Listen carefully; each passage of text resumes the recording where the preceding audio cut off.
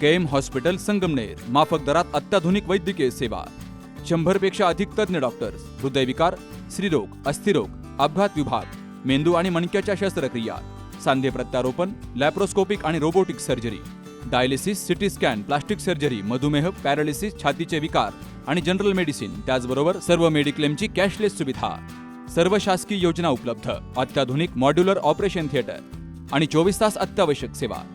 ठिकाण विठ्ठल मंदिरासमोर, Akole bypass road, Sangamner. संपर्क 99532 99532. संगमनेर तालुक्यातील पोखरी बाळेश्वर गावाअंतर्गत असलेल्या सारळधाव वाडी येथील काही जण पारनेर तालुक्यामध्ये विवाह सोहळ्यानिमित्तानं गेले होते. विवाह सोहळा आटोपून एकनाथ जाधव दिगंबरमध्ये, सूरजमध्ये, अजयमध्ये, अक्षयमध्ये, रोशन काळे, प्रकाश काळे आणि अंकित दुधवडे हे दुचाकीवरून परतत असताना 15 ते 20 जणांच्या टोळक्यानं त्यांना रस्त्यामध्ये अडवून लोखंडी रॉड, सायकलची चैन, लाकडी दांडके, दगड आणि लाथाबुक्क्यांनी बेदम मारहाण केली. यामध्ये 7 ते 8 जण जखमी झालेत, अशी माहिती एकनाथ जाधव यांनी दिली. तर ही मारहाण सुरू असताना तुम्ही भावड्याला काय म्हणाले होते, असं म्हणत त्यांनी मारहाण केली आहे. नितीन काळे, राहणार बाळंदरी, हा ओळखीचा होता, तर इतरांची ओळख पटली नसल्याचं फिर्यादीत म्हटलंय. या मारहाणीत अनेकांच्या डोक्यावर, पाठीत, पायावर, तोंडावर, छातीवर मारहाण झाली आहे. तर मारहाणीनंतर सर्वांना घारगाव प्राथमिक आरोग्य केंद्रामध्ये आणून त्यांच्यावर प्राथमिक उपचार केले गेलेत. सूरजमध्ये याच्या कमरेवर गंभीर मारहाण झाली असल्यानं त्याला पुढील उपचारासाठी खाजगी रुग्णालयात दाखल केलं गेलंय, अशी माहिती अक्षय मध्ये यानं दिली आहे. माझं नाव एकनाथ बाळू जाधव. मी पोखरी बाळेश्वर सारळगावमध्ये राहतो. तर आम्ही एक लग्न होतं पाहुण्यांच्या ठिकाणी, तिथे गेलो होतो. लग्न होतं तीन वाजता लग्न झालं. जेवण वगैरे केलं. जेवण वगैरे करून आम्ही घरी निघलो होतो. तरी 4-4:30 वाजले असतील. तर आम्ही 7-8 मोटरसायकल होत्या. तर ते बाकीचे पोरं मला काय एवढं माहीत नाही कोण होते, मला ओळखू पण येते नाही. तर त्यांनी हातामध्ये गोटे घेतले आणि त्या गोट्यांनी आम्हाला अडवलं पहिलं आणि मग हाणमार सुरू केली.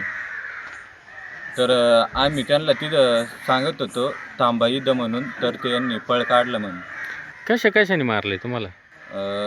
माझ्या डोक्यामध्ये गोटा मारला, दगड. तर बाकीच्यांना लाकडाने मारले. किती जणांना मारले तुमच्या?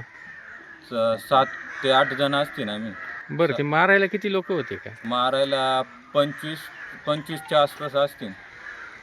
सगळे तरुण पोरं होते. काय वाद वगैरे झाला होता?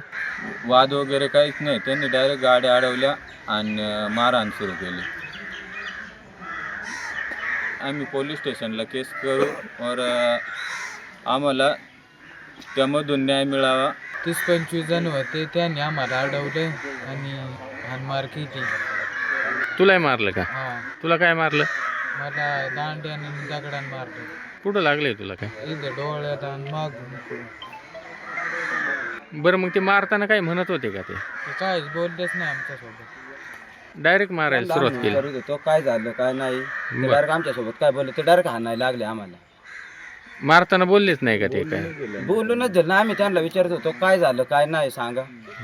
ते डायरेक्ट मारायला लागले. ते डायरेक्ट तो भावड्या कोण आहे का घारगावचा, त्याचं नाव म्हणत होते आणि त्याच्या नावावर खाली मारून गेले. त्याचं काय नाव म्हणत होते? काय भावड्या म्हणत होते. नाही, त्याचं नाव सांगून मारत होते का काय? नेमकी प्रकरण काय झालंय नेमकी? हा, त्याचं नाव सांगून नाही मारत होते. असे विचारित होते का नाही असं त्यांनी तुम्हाला मारायला सांगितले असं काय म्हणत होते का काय? तसंच डायरेक्ट त्यांनी मारायला सांगितले मला. पूर्ण नाव माहिती आहे का त्याचं काही? नाही, नाव नाही पूर्ण, पण भावड्या म्हणत होते. बरं, अजून कोणाला ओळखलं का तुम्ही तिथे काय? दुसरे नाही कोणी ओळखीचे, सगळे अनोळखी होते.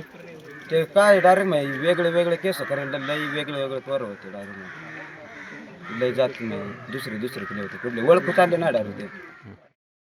या प्रकरणी घारगाव पोलीस ठाण्यामध्ये दाखल फिर्यादीवरून नितीन काळे आणि इतर 15 ते 20 जणांवर तक्रार दाखल केली गेली आहे. तर पुढील तपास घारगाव पोलीस करतायत. Navnath Gadekar, C news Marathi, घारगाव.